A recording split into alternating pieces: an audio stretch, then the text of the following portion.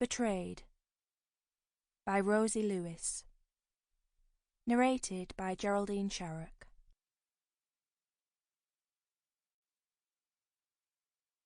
Prologue. Moonlight shrouded a robed figure as he entered the unlit hallway, his silhouette fading with a gentle clunk as the double lock was secured behind him. 9-year-old Zadie watched the stranger's arrival through a narrow gap in the banisters, a chill prickling across the top of her scalp at the sight of the black leather bag clutched in his hand. The realization of what was inside made her heart pound so hard that she imagined it might squeeze through her ribs and escape from her chest. Shivering as she crouched on her haunches, her eyes ferreted the shadows for Nadine. There was no sign of her sister, but she could just make out her father as he crossed the hall beneath her, his sandaled feet echoing on the bare floorboards. The late-night visitor followed, a thin, upright sort of man with a thick beard and greying, straggly hair, nothing like the monster who had stalked her dreams. Sensing nervousness in the way her father moved, Zadie felt another hammering inside her chest. Ripples pulsed upwards, teasing her throat into a cough.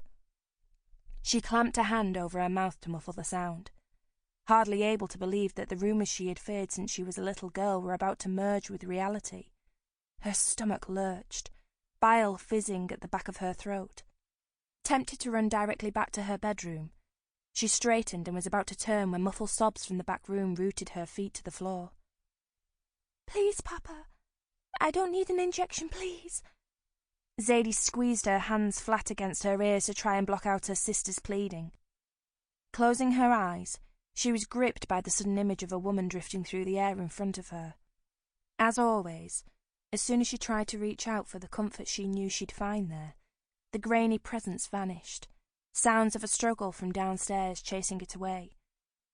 Zadie whimpered and ran back to her bedroom, slumping down onto her mattress and pulling her pillow over her head. An hour before her first light, she fell into a troubled sleep, but was soon woken by a shuffling noise outside the door. Nadine walked slowly into the room, tears rolling down her cheeks.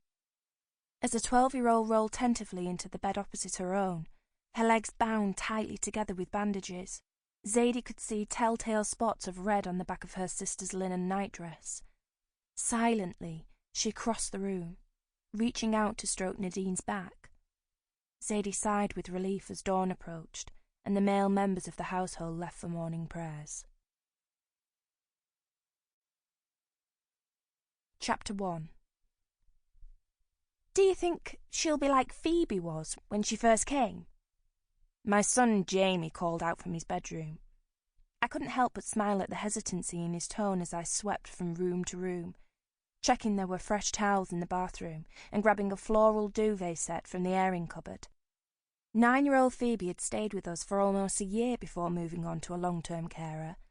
The friendly, kind and bubbly girl we said goodbye to was unrecognisable from the angry whirlwind we had first met.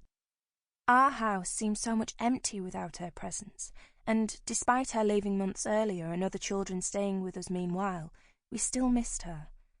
But the first few weeks of Phoebe's stay had been challenging for all of us, especially so for Jamie.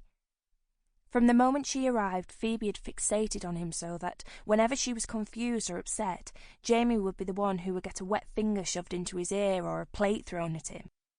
As she settled and learnt to trust us, we witnessed some dramatic changes in her behaviour, so much so that our motivation to foster had grown even stronger.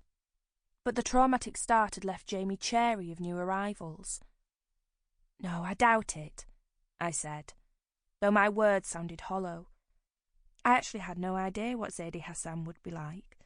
In a hurried telephone conversation with her social worker late that afternoon, I had been told that the 13-year-old was from a Muslim family who had never come to the attention of social services before, and so information was sketchy.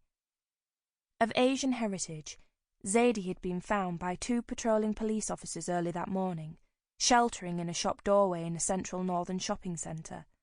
Apparently she had pleaded with officers not to take her home, begging as if her life depended on it. She'd seemed so genuinely terrified that the officers took her straight to the police station and alerted social services.